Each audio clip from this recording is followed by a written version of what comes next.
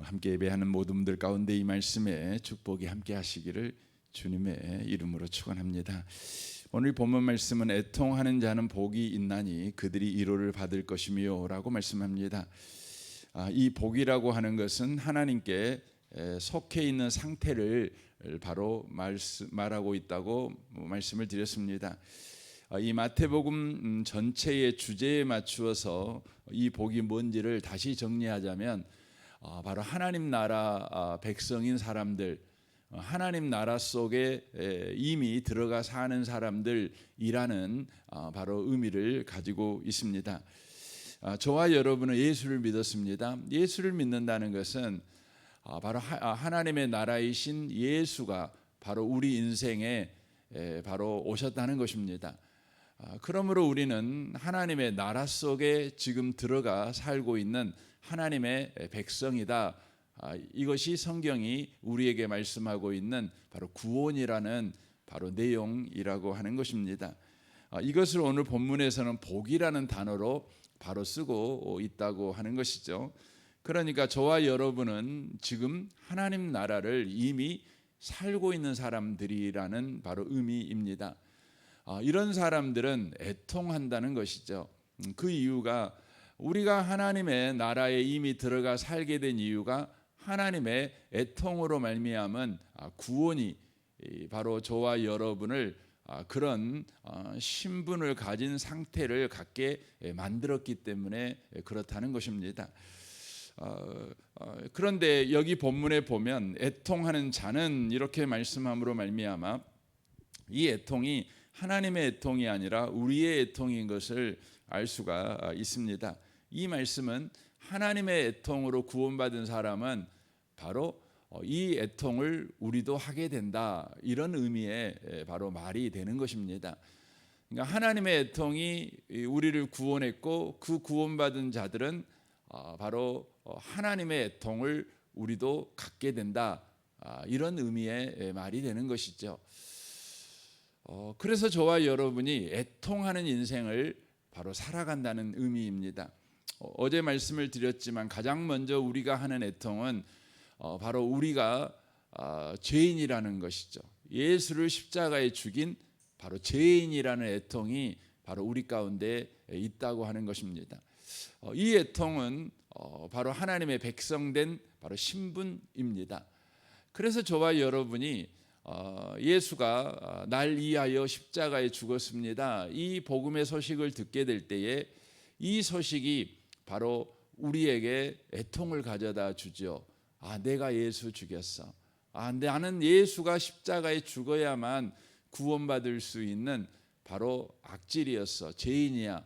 이것에 대해서 우리가 인식을 하게 됩니다. 이 인식은 바로 저와 여러분에게 다른 방법으로는 구원받을 방법이 없다는 것을 저와 여러분이 알게 되는 것이죠. 그러니까 나라는 존재가 예수 외에는 다른 방법으로 구원받을 수 있는 세상의 방법이 없는 겁니다. 왜냐하면 예수님이 죽어야만 구원받을 정도의 죄인이라는 것을 우리가 인식하기 때문에 그렇습니다. 그래서 여러분 세상을 봐보시면 세상은 여전하게 예수 말고 다른 방법으로도 얼마든지 구원받을 수 있다고 그렇게 지금 주장하는 세상 아니겠습니까? 예수만으로 꼭 구원받을 수 있느냐? 그렇지 않다는 것이죠. 세상의 많은 종교들이 주장하는 것은 그거 아니겠습니까? 우리가 착하게 살 수 있으면 구원받을 수 있어, 이렇게 이야기를 하는 것이죠. 그러니까 예수 외에도 구원받을 수 있다, 이렇게 생각하는 거 아니겠습니까? 그 이유가 뭐겠습니까? 자신이 정확하게 누구인지를 모르는 까닭에 그렇습니다. 인간이 바로 어떤 존재인지를 바로 정확하게 모릅니다. 오직 구원받은 하나님의 백성에게 바로 성령의 조명만이 바로 저와 여러분을 정확하게 인식하게 만드는 것입니다. 인류 역사가 이것을 반증해 주지요. 인류 역사는 인류 스스로 우리를 구원하기 위해서 무척이나 애를 쓰고 무척이나 노력하고 그런 바로 역사인 것을 알 수가 있습니다. 그러나 결론은 뭡니까? 결론은 뭐냐면 인생은 더 바로 오리무중에 빠져 인생을 살아가고 있다는 것입니다. 더 답이 없다는 것이죠.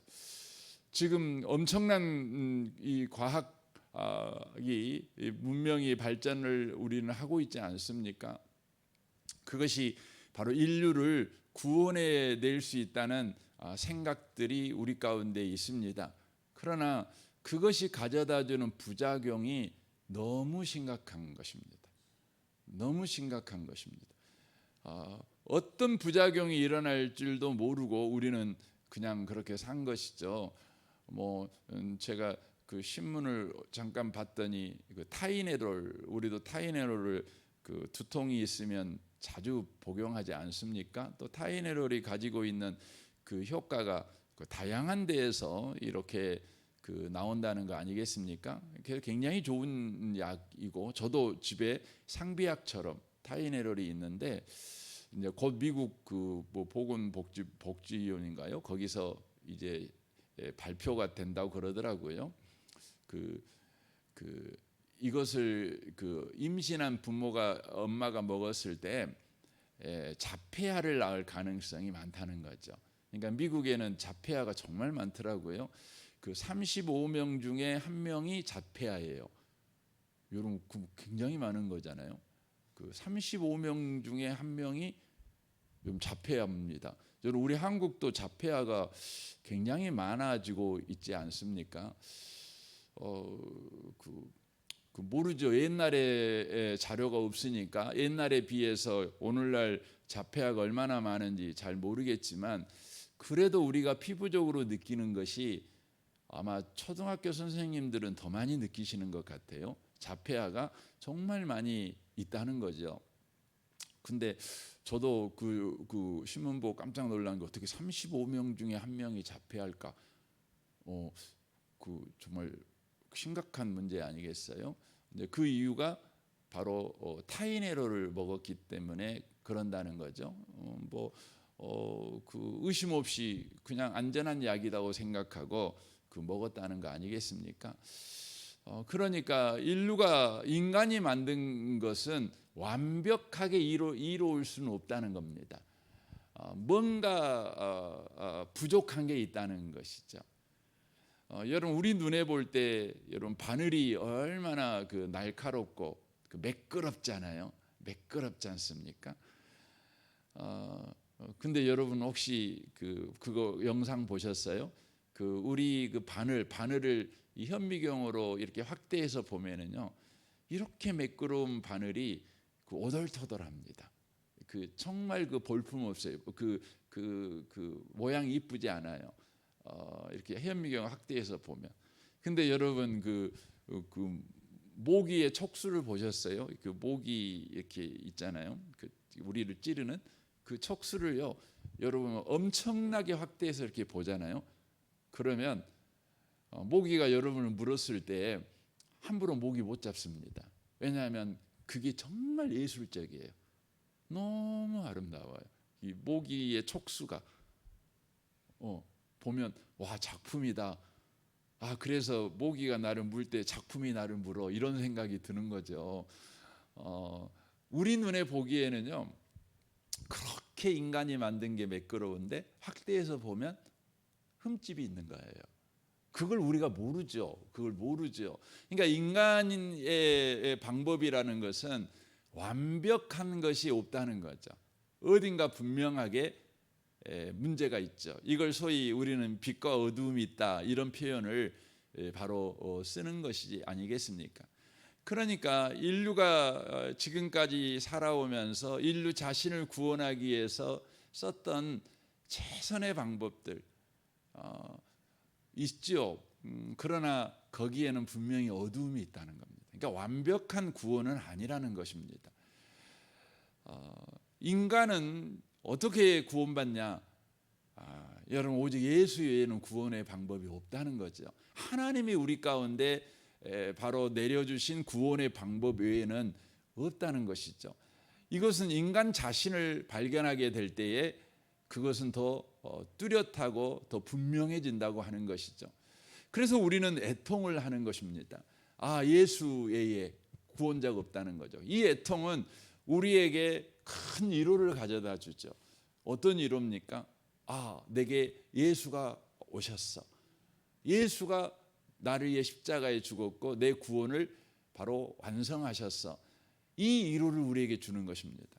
더 나아가서 우리에게 있는 이 애통은 사람을 볼 때에도 그런 애통을 갖는 겁니다. 세상에 있는 모든 사람들을 볼 때 예수 없이 살아가는 사람들에 대한 애통하는 마음이 우리 가운데 생긴다는 것이에요. 애통하는 마음. 왜냐하면 나에게 구원은 예수밖에 없듯이 그들에게 구원도 예수밖에 없는 것이죠. 그런데 그들은 그들 스스로 인생을 잘 살아보기 위해서, 인생을 구원받은 자로 살아가기 위해서 얼마나 부단히 애를 씁니까? 그러면서 또 넘어지고 또 후회하고 또 억울해하고 이렇게 인생을 살아가는 수많은 사람들이 우리 주변에 있지 않습니까?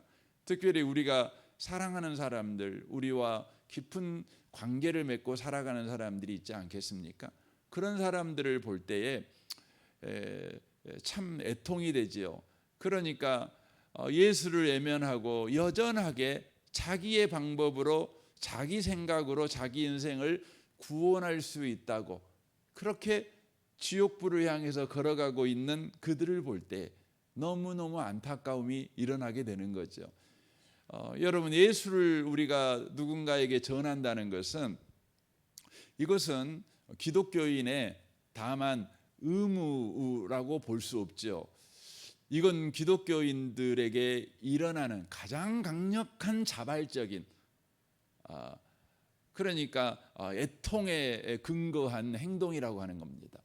그러니까 예수 안에서 내가 구원받았다는 것을 알게 될 때에 그것은 우리의 심령 속에 내 이웃에 대한 이 애통의 마음에 불을 지르는 결과를 가져온다는 것입니다. 사랑하는 성도 여러분, 우리가 요즘은 사실 우리 자신의 문제로 그 예수 믿는 그 은혜를 다 허비해 버립니다. 소비해 버립니다. 소비해 버립니다. 그러니까 예수 믿는 것도 그 우리 자신의 성공과 우리 자신의 안락을 위해서 다 소비를 하다 보니 내 이웃을 우리가 바라볼 때 애통하는 마음이 우리 가운데 사라져 가고 있는 것을 우리가 보게 됩니다. 그러니까 교회에는 옛날에는 참 그 울고불고 하시는 분들이 많았어요. 근데 문제 때문에 울고불고 하시는 분들보다는요, 그 부모의 구원 문제 때문에, 자식의 구원 문제 때문에, 또 남편의 구원 문제 때문에 그렇게 우시는 분들이 많았죠. 우시는 분들이 많았죠. 그리고 그분들의 늘 기도 제목이 뭐냐면, 내 남편을 이렇게 함께 좀 기도해 주면 좋겠어. 그리고 너무 고마워. 이런 것이었죠.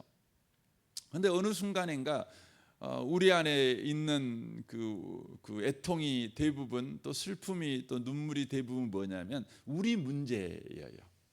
우리 문제가 돼버린 거죠. 그러니까 이것들은 하나님이 우리에게 허락한 이 구원을 바로 우리 자신의 문제에만 바로 국한해서 소비해 버리는 그런 삶을 바로 살아가고 있다고 하는 것이죠. 다시 한번 우리가 하나님의 애통 속에서 우리가 구원받았고 성령의 조명을 따라서 내가 바로 주의 예수 그리스도의 은혜 아니면 구원받을 수 없는 자다. 그런데 예수의 은혜가 내게 임해 나는 이미 구원받은 자다. 그러나 세상에는 이 구원받기 위해서 여전하게 그렇게 허무한 인생, 헛된 인생, 체념하는 인생을 살아가는 사람들이 많다는 것을 우리가 늘 기억하는 삶을 우리가 살아가야 된다는 것이죠. 그래서 우리는 내 이웃에 대한 애통이 우리에게 사실은 회복돼야 될 바로 신앙의 큰 바로 당면한 문제가 아닌가, 이런 생각을 우리가 해보게 됩니다. 그때 우리 가운데 오는 게 뭡니까? 위로가 온다는 겁니다. 참된 또 위로가 온다는 것입니다. 여기에 위로라는 이 표현 자체가 다만 우리를 이렇게 격려해 준다, 눈물 닦아 준다, 그런 의미가 아닙니다. 이것은 바로 새 힘을 준다. 더 그 헬라어적으로 말하면 곁에 부른다라는 의미입니다. 누구 곁에 부르는 겁니까? 여기에서 나온 단어가 바로 보혜사입니다. 보혜사. 그러니까 위로가 뭐냐면 성령의 곁에 부르는 겁니다. 성령의 곁에 부르는 겁니다. 그러니까 성령의 위로 가운데 우리가 있게 된다고 하는 것이죠. 우리 그리스도인들의 현대의 문제 가운데 하나가 뭐냐면, 우리는 성령의 위로를 받는 삶보다는 우리 현실 문제에서 문제가 해결되어지는 것들, 그러니까 그 안 믿는 사람들도 그것 때문에 위로를 받고 좋아하는 것들을 우리가 받음으로 우리가 받을 위로가 그것이 전부라는 생각을 가지고 우리도 살고 있다는 거죠.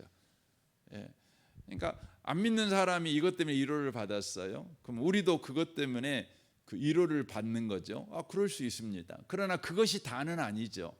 예수 믿는 사람에게 베푸시는 은혜는 이 땅에 속한 위로보다 훨씬 큰 하늘에 속한 위로이죠. 우리의 육신의 부분에서만 위로를 주는 위로가 아니라 우리의 영적 삶에, 우리의 영원한 삶에 위로를 주는 위로가 또한 그런 위로라고 하는 것이죠. 이것은 성령의 위로지요. 우리에게 주님은 성령의 위로를 바로 주기를 원하십니다. 그러나 현대 그리스도인들은 예수를 믿는 이 은혜를 자기 자신의 문제를 해결하는 일에 다 소비해 버리다 보니 이 성령의 위로를 경험하는 성도들이 그렇게 많지 않습니다. 문제 해결을 받아서 얻는 위로받는 성도들은 여전히 있지요. 그러나 하늘의 위로, 하나님의 위로를 경험한 그 간증을 가진 성도들은 급속하게 줄어들고 있는 것이 현실이 아닌가, 이런 생각이 듭니다. 그래서 여러분, 안 믿는 사람들이 볼 때 그 예수 믿는 사람들이 받는 복과 자신들이 받는 복을 견주어 보면 특별할 것이 없다는 생각이 들 때가 있어요. 그러니까 뭐 돈 벌고 집 사고 뭐 자식들 뭐 좋은데 시집장가 보내고 뭐 이런 것, 예수 믿으면 이런 것들이 있을 수 있죠. 근데 안 믿는 사람 입장에서 보면 그것은 꼭 예수를 믿어야만 되냐? 그건 사실은 아니거든요. 예수를 꼭 믿어야만 그것이 주어지냐? 이건 불교 신자들도요, 부자들도 많고 뭐 명문대 자식들 척척 붙게 하는 집안도 많고 막 그렇습니다. 그러니까 세상 사람들이 볼 때에 기독교인들만이 누리는 위로를 잘 못 봅니다. 뭐 너나 나나 뭐 결론은 뭐 비슷한 것 같아. 그래, 너는 네 종교 잘 믿고 나는 내 종교 잘 믿을게. 이제 이런 이제 대화가 되는 경우가 허다한 것이죠. 그 이유가 뭐냐면 바로 주께서 베푸신 은혜를 바로 우리를 위해서만 쓰는 것이기 때문에 그럽니다. 바로 사람에 대한 애통이 없는 겁니다.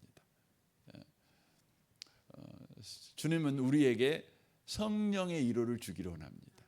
성령의 위로는 어떤 특성이 있습니까? 성경을 보면 죽음을 이기는 특성이 있습니다. 그러니까 죽음으로 끝나지 않아요. 그러니까 위로가요, 우리가 위로를 받았어요. 근데 죽어버리면 그 위로도 끝나요. 세상의 위로는 다 그렇죠. 그렇죠. 우리가 부자다, 굉장하잖아요. 근데 살아있을 때는 부자라는 것이 굉장히 위로가 될 수 있겠죠. 그러나 그가 죽어버렸다. 그러면 여러분 돈이 위로가 되는 건 아니지 않겠습니까? 여러분, 이병철 씨가 자기를 살려만 주면 자기 재산의 절반을 주겠다. 이런 그 이야기를 했다는, 이게 진짜인지 어쩐지 모르겠지만 어디서 글을 읽어본 적이 있어요. 이병철 씨의 절반을 얻어낼 수 있다면 기가 막힌 제안 아닙니까? 근데 문제는 뭐예요?